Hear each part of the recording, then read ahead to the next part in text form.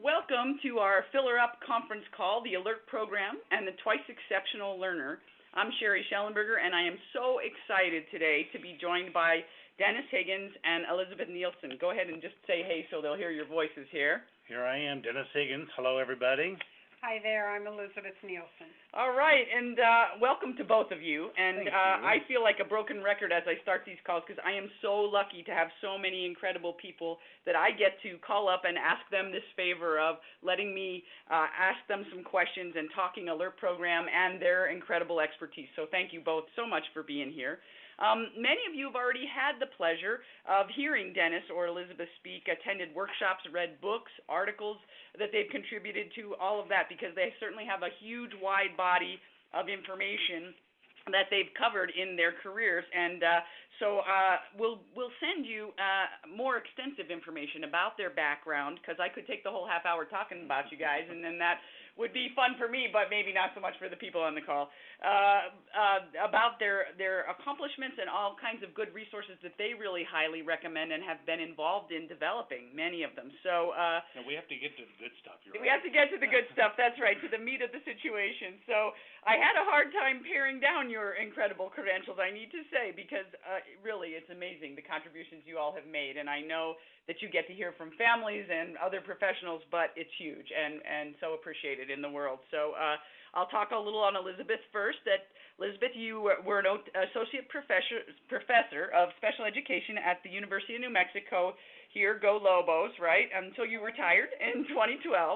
And you've served as the UNM College of Education Assistant Dean for Research, and you were the recipient of the Burlington Foundation Faculty Achievement Award for Excellence in Teaching. You were the principal investigator for 2 university and public school district collaborative projects that focused on gifted students with disabilities. And anybody that can manage those 2 kind of big systems together on a project deserves, like, wow, all kinds of awards.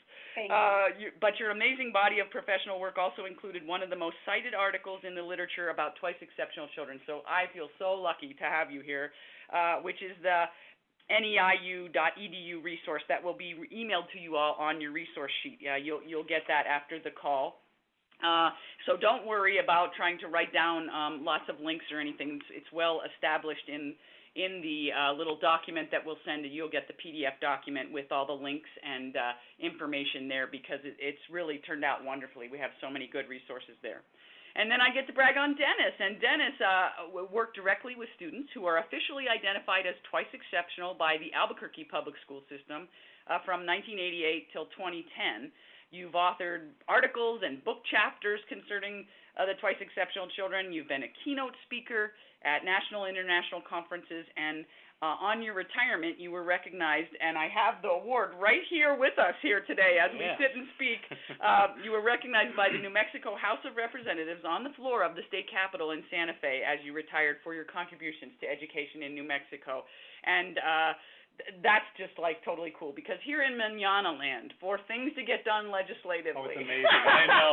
It was unbelievable. So, that's right. But it happened. And I also just feel you are an amazing musician, a generous friend and colleague, and certainly thank you for all the help you gave us in bringing to reality our test drive book and CD. So we will reference that in the thing there. And those are fun times. They are fun really times, that. and so we so appreciate both of you and your expertise here, and we'll get to dive in. So obviously I'm thrilled and honored to have people with such amazing backgrounds and such wonderful personalities to be with me today.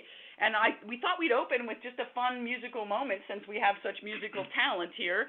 And I understand that there is a theme song for the twice exceptional population. And Dennis, would you mind playing us a little bit of that? I think it would be so fun. Short version of it, and it is a theme song. And the song really came from a 3rd grade teacher many, many years ago, who talked to myself and Elizabeth. And by the way, we're a married couple. Many people don't know that. Different last names. Don't let that fool you. That's right. Anyway, so many, many years ago, our youngest daughter's 3rd grade teacher said during a very tearful and heartfelt conference something to the effect, "I don't think she'll ever learn to read or write." Oh. And it was pretty hard to hear. Pretty hard to hear. And I know we have some parents and some teachers on the call, and all of us that are involved with kiddos who have challenges have heard tearful stuff. And so the song came out of that statement. Nice.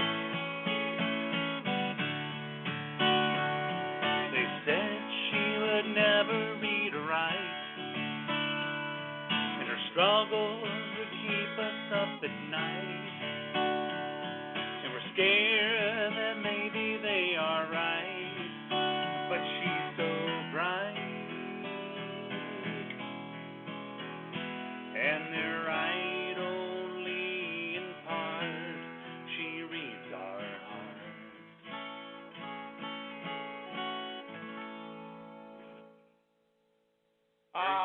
Short and sweet.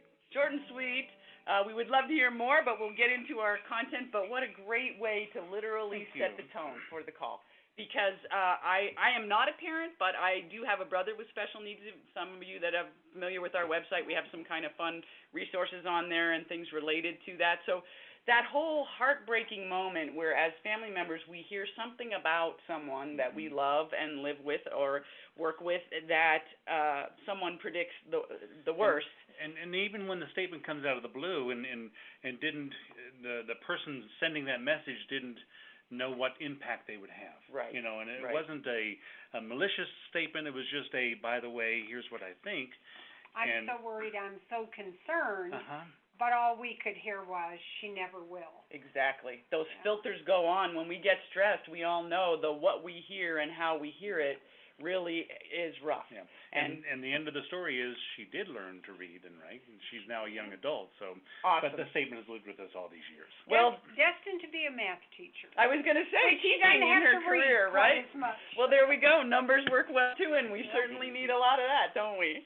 So what we'll do is, because we only have our 30-minute block of time, and we have so much that we could ask you all to share, we'll kind of start with two general themes. The first one, and this is the theme on a lot of our calls since we're only doing 30 minutes, is keeping things very simple. Oftentimes, I think when we try to do too much at one time, we basically get ourselves overwhelmed, eliminate the ability to be able to follow through on things. And so really this is your permission and your validation to go at things gradually, listen to pieces that can be helpful, take those away, and then come back for more whenever you want because you have your wonderful resource sheets. Then the other theme is always to set children, families, clients up for success. This is a huge thing that obviously our background, and I know the two of you in all of your work really, really believe in, that it takes setup. If it didn't take setup, we would all be doing fine with however the classroom went, and that's just not the case. There is so much that's needed to be adapted and modified for all of us.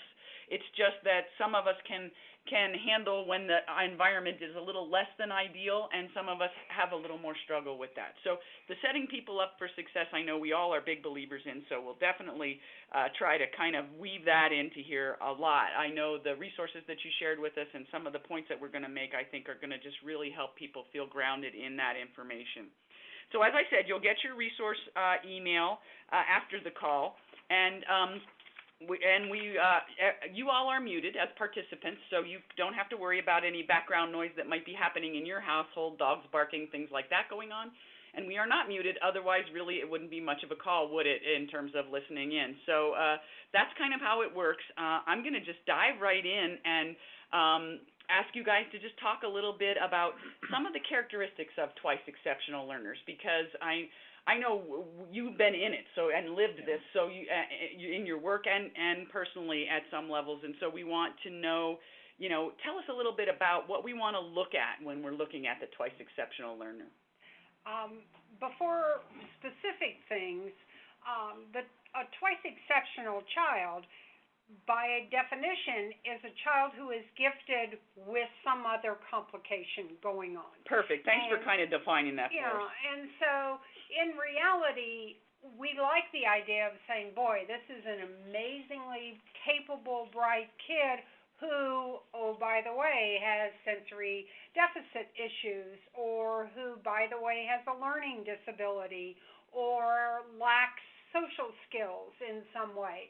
And so for us, they are first and foremost gifted kiddos who something else is going on, and we're going to keep coming back to the giftedness as a way to help them address those other issues. And there are many, many lists of very specific characteristics out there in the literature. Right. But we've kind of looked at all those characteristics, and we've come up with some bigger categories. I won't go over all of those. But there are specific things or specific categories like these kids are the connectors. And what we mean by that is they really need to connect with other twice exceptional children. Because once they're in an environment with other children who understand who they are, they learn more from those children than they do from anybody else. They look across the room and go, wow, that kid over there is smarter than I am, or wow, that kid over there has more problems than I do. But they make those connections, and they're lifelong connections. These students tend to stay in touch with one another for a very long time. And another category might be something to the effect of, these children are the big picture children. They want the holistic, the gestalt of what's going to happen throughout the day, throughout the year. They love to work on puzzles, but they don't like surprises. So they need the big picture of what's in store for me. So if you're working with these kids, you want to be clear about, here's what's going to be happening today. Mm-hmm. And then remember that if you said it, they're going to hold you to it. They will. So they are the kids that really want to understand the big picture, and then they're ready to work. And if they want to change the picture, fine. Right, but having that freedom and that ability to it, and we're finding this so often in all kinds of populations that the routines, and I know, Dennis, you addressed this in one of your articles, and it seems like it kind of fits here, that routines are so important to these individuals, of the, like you said, the knowing what's coming up, what are we going to do, what if this changes, how do things work? Well, and in addition to that, with the routines and knowing the big picture, they have to be a part of deciding or developing the routine. Perfect. You know, it's not just like, here's what you need to do. No, it's a group effort. You know, they have to have their input, and then they'll buy into it. And so that routine's got to be there. But if they have a specific role in developing the routine, it helps also with, now I know that I'm respected. So the engagement in the development of those routines, in the development of the big picture, it reminds me of, rather than saying, you know, turn this knob or screw this bolt on, you want to know, well, there's a whole piece of machinery that works here, and when we do this, this is what happens, because that's really the way they think. And it's interesting because another characteristic could be, or is, this population is extremely manipulative. And I don't mean that in a negative way. I mean that in a way that they have to work the environment so that they can be successful. And they're going to find every avenue to success, and so they'll manipulate that environment until they get what they need out of that environment. But if they are in some way involved in helping set up the routine, that manipulation kind of backs off. And an example of that, when we were looking in records and files of a lot of twice exceptional kids, was the diagnostician's report when she was assessing a twice exceptional child. And she wrote in this report that it was very interesting because she said, initially I was developing the materials and giving the puzzles to her. It was a whisk kind of IQ so an intelligence test, and it was manipulating blocks and cubes. And she said, but consistently this second grader would take the material and reorganize it and test me to see if I knew. That's who they are. Yeah. It's like, okay, I'll let you do that, but then I get to do it too. Turnabout is fair play. And it's also kind of buying time, because once they're in control of that time period, then they can kind of think, oh, what's happening here? What's the big picture? Right. So it all kind of fits together, you know. It's really a fascinating thing to watch. And the fact that you're laughing about it is, if I had to say anything, it's enjoy these kids. Right. Because by golly, they are funny, and they do want to control things, and they do want their input, and that's their giftedness. That's one of their other characteristics, is how amazingly creative and funny they are. They are very creative, and so enjoy it. There you go. They are kind of squirrely, and that's a good thing. That's right. We don't need to keep going by the book. It's good to get out and thinking outside the box, and these are kids who their life is thinking outside the box, right? And I know we had talked a little bit about it, and I think that sometimes for some of us as adults anyway, and I'll speak for myself here, that when I first worked with a child who was twice exceptional, and I realized how brilliant this kid was, it's a little intimidating because I'm going, I don't have that kind of brain. Right. You know, in a really admiring way, I'm going, wow, I don't have that kind of knowledge in that area. And I think that, and I think I had shared this with you, so what I decided, the only way that I could figure out how to work with this guy was to tell him about other kids that I worked with who had these problems, and could he help me to invent games and plan things that they could do that would be, that they'd like, but that would help them to get these skills that were kind of hard for them or whatever. And so I kind of stumbled on my ability to be able to work with them, but afterwards I just was so grateful because this was the best engagement I could have had with this guy. He was fabulous. He was a middle schooler, so it's at exceptionally awkward age anyway. It's interesting because one of the strategies, I guess, that works really well with this population is that notion of inductive thinking. Because with inductive thinking, you're kind of following their lead. I mean, you still have the content you need to get across, but you're asking open-ended questions and following their responses and picking up on the ones that are right on the money, and then kind of going around the ones that are a little bit off. But that way they're giving their input one more time, and they're showing what they know instead of you saying, tell me a very, or you're asking a question that has one specific answer. Right. But you're asking that open-ended question where they had the ability to give their input and share their knowledge. Well, and what you did was engage in their problem solving.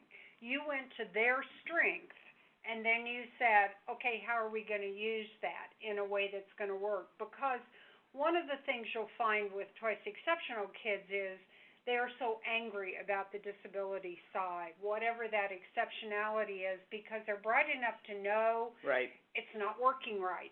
But they don't know how to fix it, and they're angry oftentimes. Well, it slows them down, right? Yeah, I mean, these are kids who are brilliant, and then they're slowed down by this handwriting thing or this reading thing. That's right. Or I can't sit still, and I'm in trouble all the time about wiggling and moving around a room, as opposed to saying, I know you need to wiggle. And even though you know some strategies, start the way you did by saying, how do you think we could do this to make it better for you? And then as they're suggesting stuff, that's when you put in your technique, your therapeutic idea. I was wondering if this might be something that would help. Perfect. As opposed to, this is what we're going to do no matter what. Yeah. If we start off, I'm Sherry, I'm your OT, here's what we're doing today, that's kind of a formula for disaster, right? You're exactly right. And that's what I said early on, is they've got to be a part of setting up the routine. They have to be involved in the content. They have to share what they already know, and then it's okay. And the other thing you did well in that example is you said there are other kids like you. Because, that seems simple. But to a twice exceptional kid, they feel like they're the only kid like that. That is so important. And that's huge because, yes, they may see other kids in other special education classrooms, and they'll go, well, I'm not like that kid. I don't fit there. But the other kids are going off to gifted. Well, I don't think I fit there. I'm struggling there.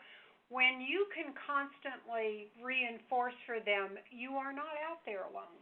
You're not the only one. So some of the resources you'll get, I think, will it's help. Interesting because when I run into former students, and they're young adults now, and this is the benefit of all the long work we have done here. That's the thing, right? And you get to go to weddings and see them in stores as adults and see them have families. I'll be talking to this former student, I'll say, whatever happened to so-and-so?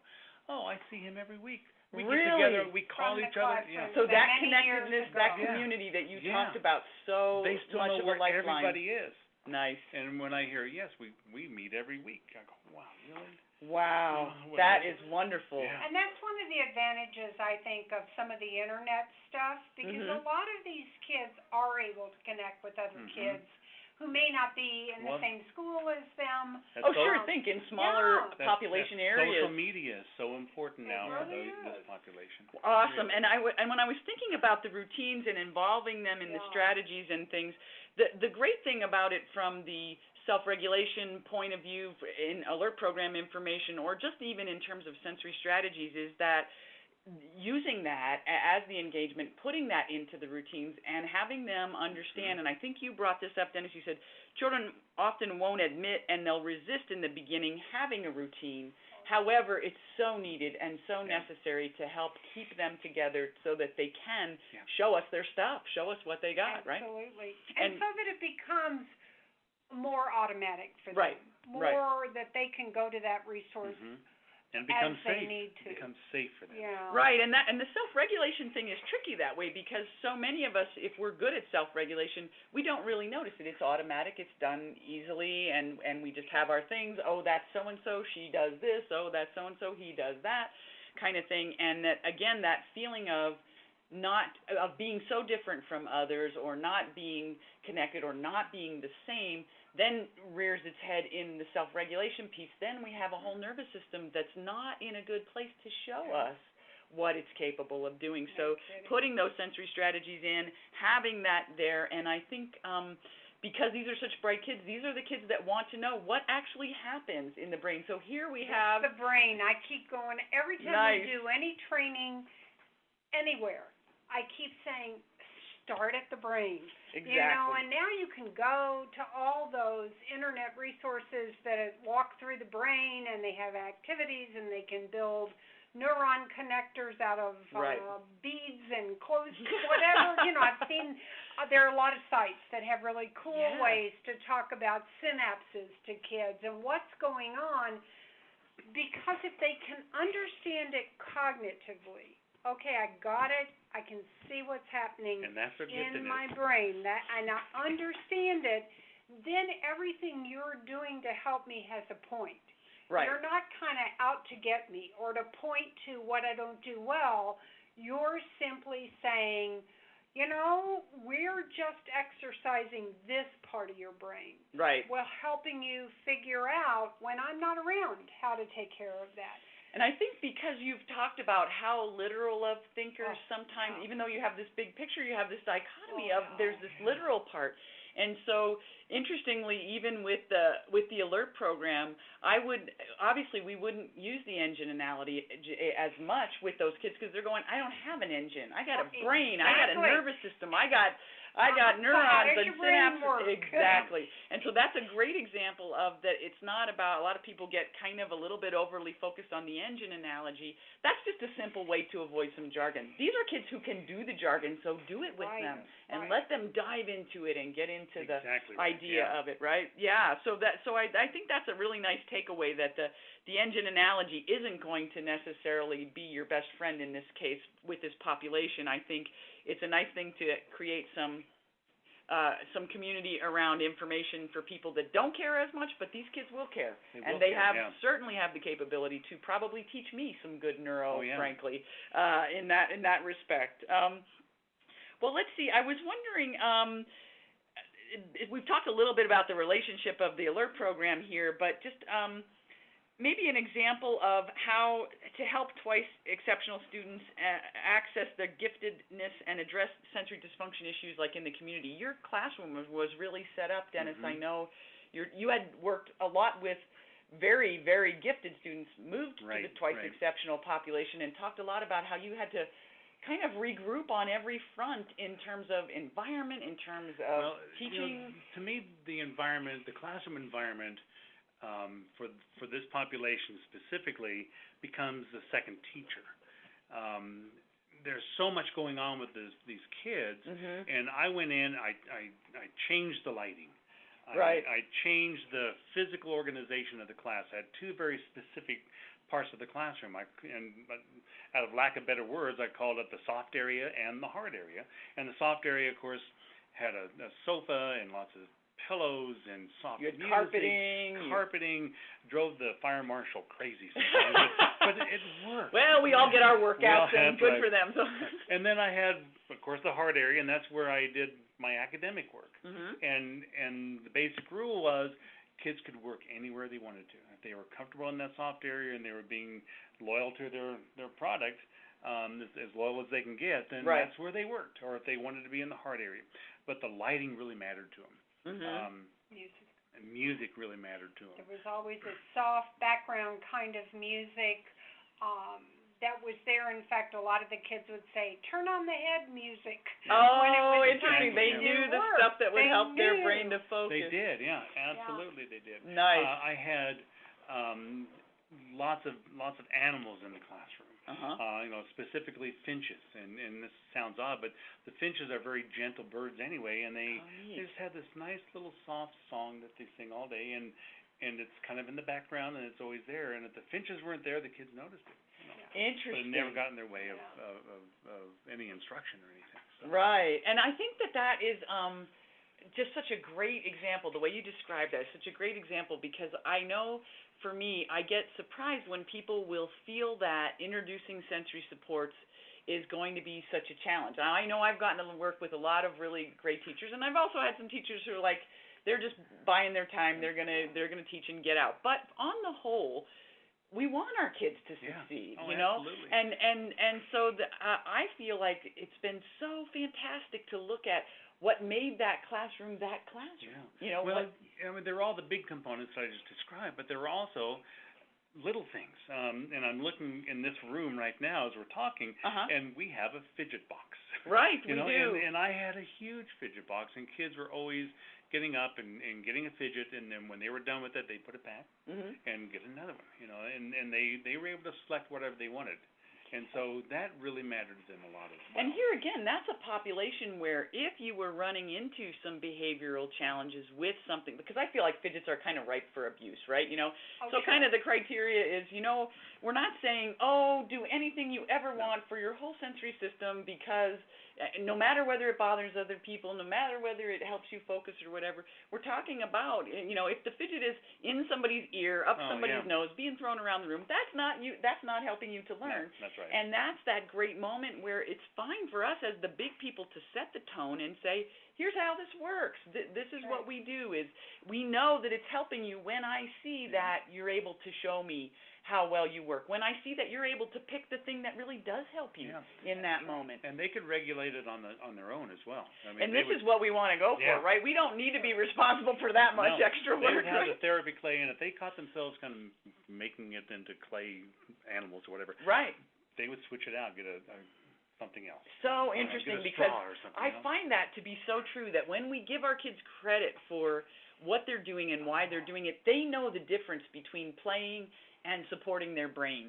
And that's how we have to help the behavior people to understand things. In fact, an example of sort of the connection between teaching the brain information to kids and then doing fidgets, in Dennis's class at one point, they had learned about the reptilian brain, and that your inner brain is this deep reptilian brain that is really just looking to survive. Exactly. And so he had one of his fidgets had, it was a reptile that had beads in it, and whenever a kid was having a meltdown, the other kids, as nice as can be, would say, quick, pass him the reptile.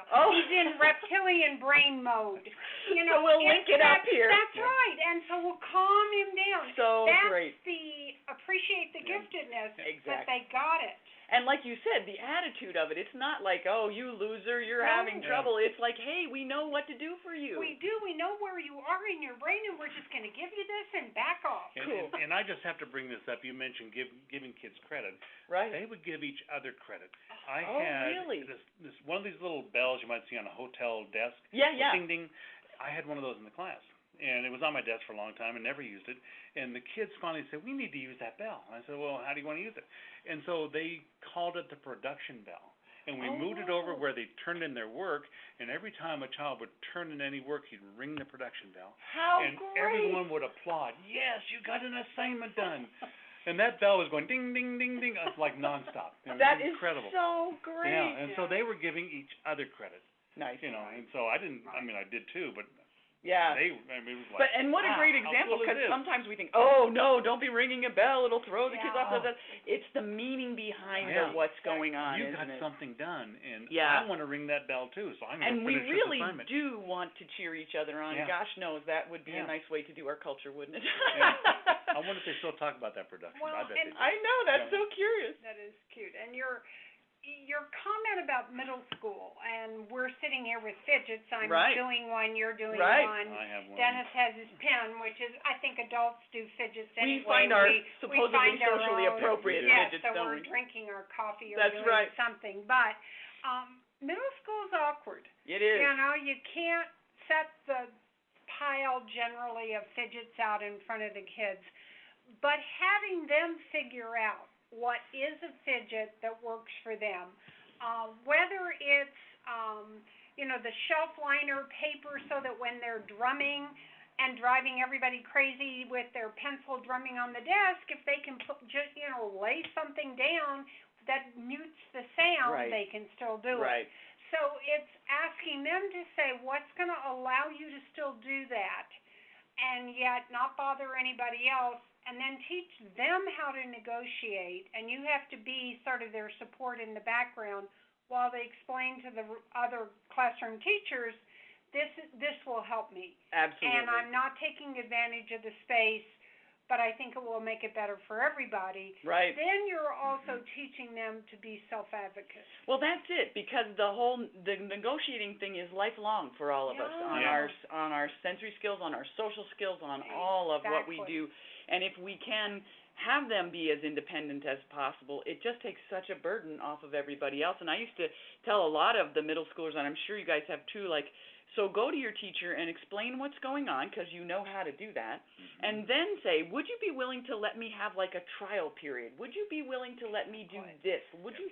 And then if it's not going well, then we have to talk about it. But Right. if it actually helps me, then why wouldn't we want me to be able to do it? That's right? That's Exactly. And all those Yeah. great You're skills. exactly right. Oh my goodness, the time is just flying by, and I'm getting the high sign. We have to wrap it up here. I can't even believe it here. But I could talk all day with you We're guys. just getting started. Yes, I know, we're just getting started, so we'll have to have a part 2 at Guys, least, or Dennis something still like that. has about We have 6 more all kinds of papers of points in front of us, I know, but oh my gosh, it's just been so wonderful. I think that for sure we've talked about ways to keep things very simple, luckily for those of us, myself, without the gifted brain, it's not rocket science. It really is about how to help support each other. So keeping it simple, we had some nice examples there, and certainly great ideas for setting people up for success. I know both of you have done so much work on talking about how schools can set up curriculums for the twice exceptional learners, and I know folks that are homeschooling are probably really interested in a lot of that too. So we'll keep some more talk of that for another time, but you'll have your resources for that. It's time for me to say a common sense disclaimer here, which is that basically you are the responsible adults in these individuals' lives, and if you've heard something mentioned here and you're not feeling comfortable implementing it, or you don't feel like it's a match, then don't do it. Trust your judgment and don't do it. Get some trained professional support. You certainly deserve it. So seek out help if you don't feel like what was mentioned here was a match, or something about it did not make sense. We all deserve support for all the incredible, important work that we do. And I hope that you'll leave the call feeling energized and validated for so much of what you're already doing. And then we'll try very hard to twist Elizabeth and Dennis' arm to come back and do another time with me, because there's so much I feel like we could really follow up on here, and it's just great. So I thank everybody for joining us today. Thank you guys both thank you so much. Thank you. This is like more fun than I can stand. So I'm feeling like I have the best job in the world today, and we will sign off now and leave you all with the idea that there will be more to come. So thanks everyone, and have a great night. Thank you. Good night.